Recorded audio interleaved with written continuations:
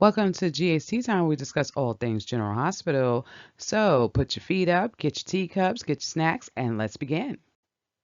General Hospital Daily Recap for Thursday, April 16th, 2026. Let's see what our favorite bunch of characters are up to. Joss came over to her mom's house to see, said she wanted to talk to Valentine. So Carly's asking her, like, why? What's going on? So she was just like, I have to speak to him, not to you, and you should go get him. And I guess Carly made some things like, what if I don't get him or something like that? She's like, well, I'll just go past you. And she basically kind of threatened her mother. I was like, what is she going to do? Like, she going to pick her up and move her, like physically move her? She was like, I don't want to cause problems here. I'm like, I told y'all yesterday, if you did not hear the recap yesterday, you should watch it. She's getting on my nerve. She is not a good WSB agent. For her to be threatening her mother is insane. Anyway, Carly went upstairs to get Valentine. So she was telling Valentine, listen, instead of me trying to just go after you, let's work together. So she wanted to know what Valentine information he had. So Valentine was like, this works both ways. You got to tell me what you got. So Josh filled him in and said, listen, Sidwell, Cullum, all them working together. So Valentine was like, okay, you know what? This answers a lot of questions. He said nobody had any proof back in the day, but now he could see this is what's going on. And he was like, Cullum is a very dangerous person. So while Josh is telling him the story, she told him about how she was up at the mansion during that storm, and Cullum didn't know who she was. She played it off like she was a Dizzy College student, and she came to see her uncle. Um, and Valentine was like, "Well, you really played it off because he was like, if Cullum had realized who you were, you wouldn't be standing here right now." So Josh is still going in saying this and that. At the end of everything, Josh is like, she going to continue working on this because she got to take them down. Carly is telling her leave these people alone. Valentine told her to leave them alone. He was like, "You a new agent, leave it alone." She's like, "No, I can't do that. It's too deep now. I gotta, this is my duty." And then she also says she didn't have a choice. Yes, you do have a choice. This is not what she thinks you're gonna take down the whole WSB. People have been trying to do this for years. This is not. She has a choice, but she's choosing not to do it. She wants to. I don't know. Maybe she's doing it. Maybe look. This just came to me. Maybe she's doing this because she has to prove to herself she made the right decision. Remember, now Josh done hurt people. She done did all types of things working for this WSB in a short minute amount of time. So maybe she's just a justification that she has to say that she made the right decision. Please tell me something because whatever. She left. Valentine was just like, you know what? He told Carly he's not gonna leave her because Carly is really concerned because he's like, if they find out who she is gonna be out of here. So Valentine was like, don't worry about it. I'm gonna help you with the situation. Carly was even like, you know what? Let's not focus on Jack right now. We could just focus on getting, making sure Josh is okay. And even if Jack gets away with this, Brennan, we it'll be all right as long as Josh is okay. But Valentine's face was like, yeah, no. Valentine is gonna make sure Brennan goes down and all them other folks go down with him. He's not gonna just leave Brennan walking around so he can get back with Carly. Well, anyway, guys, that's what happened with this. Guys, if you haven't already, don't forget to hit that subscribe button. It really helps the channel. So Nathan, fake Nathan, came in and was talking to Sidwell. And I think he finally got through to Sidwell that it wasn't Sonny that killed Marco. But anyway, it was funny because Sidwell was like, Nathan came over to tell him that he's the lead detective in his son's murder. And he was like, you know what? I want a real detective on my son's case so that we could really find out who did this. And when you think about it, I said, Sewell ain't kind of wrong on this. I'm like, this guy ain't got no legal background. He ain't no police officer. He's just some guy, right? Anyway, um, Sewell told him that and stuff like that. But he was just like, Nathan was telling Sewell how Sonny and Jason both have alibis. And it don't seem like they would be the ones that would send somebody to go do this, right? This just doesn't seem like it's them. So Sewell is listening actually this time. And then he was like, if you think about it, whoever did that to Marco knew him because he was close enough to him to stab him. So it's Sitwell's thinking again, and he was like, okay. And then this is the part I don't like when he was like, well, what about Lucas was missing and he had some time gap or whatever. So Sitwell blew this off because he was like, you know what? He loved my son Lucas, and then he was like, also he's a doctor, he could have been anywhere. why would Lucas hurt Marco? All right, anyway, so here we go. Later on down the line, Sid will have a little flashback. Nathan had left, and he's thinking about what fake Nathan said, and he's thinking like maybe Lucas is somebody to look at. This is I'm gonna go into this later, but Lucas and Britt should have told Sitwell what happened. But you know what? I was thinking about it. Sitwell might still blame Lucas because Lucas had asked Marco to go in that place and get the medication for Britt. So he still might blame Lucas somewhat, but them looking at Lucas is dumb. So everybody, the vampire's awake. So he lives. The vampire was talking to Britt, which is Cullum. And Cullum and Britt is in there begging for forgiveness. And she's like, she need her medication. It done ran out at Windermere and she need them to replenish it.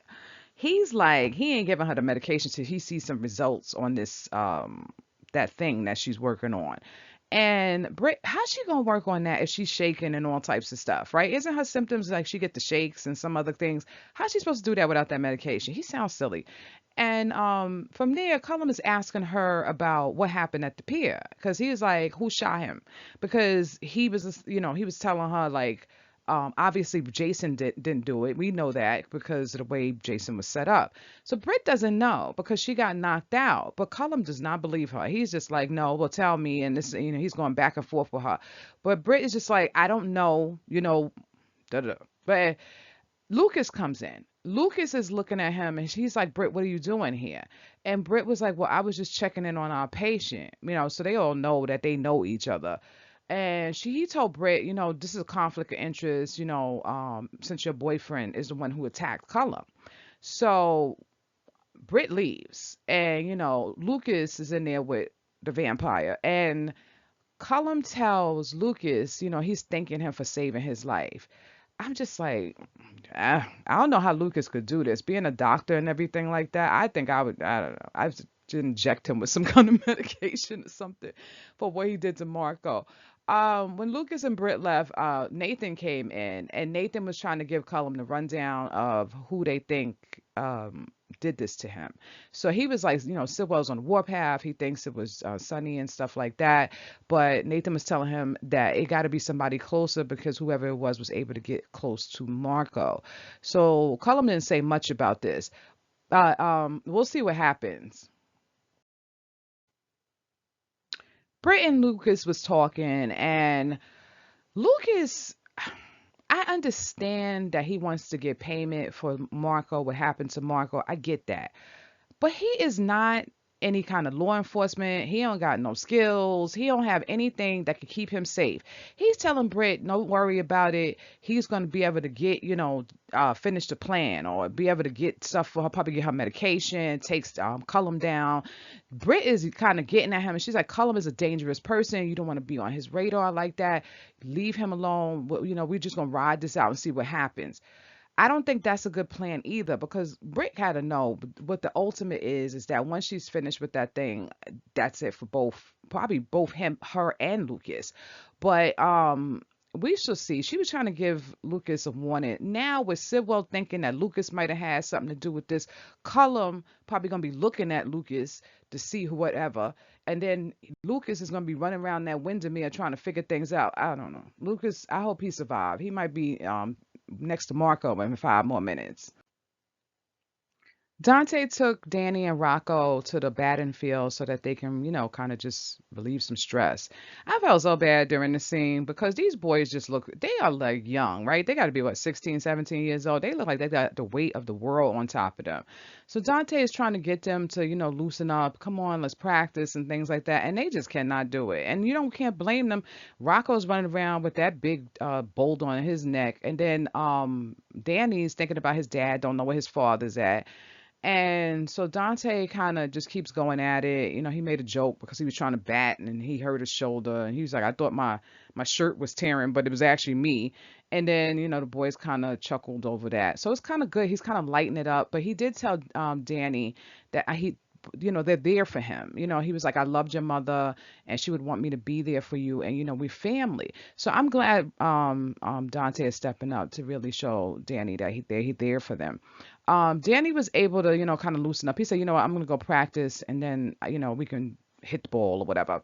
Dante and Rocco is there, and Dante is now trying to work on Rocco because he's like, what's going on? And he was just like, he just feels so bad for Danny, and so Dante was just telling him, listen, be there for him. He's your brother, when he needs you, just be there, just how they were there for you. I wish so bad that Danny would tell his father. I know and I hope it works out right because I don't want Dante to be the police officer in this. I want him to be a father and they realize he has to protect his child because this ain't got nothing to do with a regular crime. Those people at the WSB will hurt this boy. So I hope he realizes that whenever this does come out, that he protects Rocco and doesn't do anything like, we got to follow the law because the law ain't going to work in this circumstance because they got another element going on. But Rocco is just really conflicted. He's looking at his dad and I know he wants to tell him, but he's just keeping his mouth shut. So we're going to see what happens with this. I don't know. I feel for these two kids. Laura found Ezra at the Brown Dog bar, threatening the bartender. That bartender looked like he was going to beat Ezra up. So Laura was like, "I got it from here." So she took him over to the table, and finally Laura was like, "You know what? I'm just going to take you to my house." I was like, "Laura, no, don't take him to your house." So Laura felt so bad for him because he was all drunk and everything like that. So Laura took him to her house to sober up. When they were there, this is what I thought might happen. They had a conversation, and he was telling Laura how he knows about the blackmail pictures and Dalton's body being in her trunk and everything like that. But he was also telling her that he is so far in with Sewell that he can't get out. He feel like eventually his body gonna wind up in somebody's trunk, right?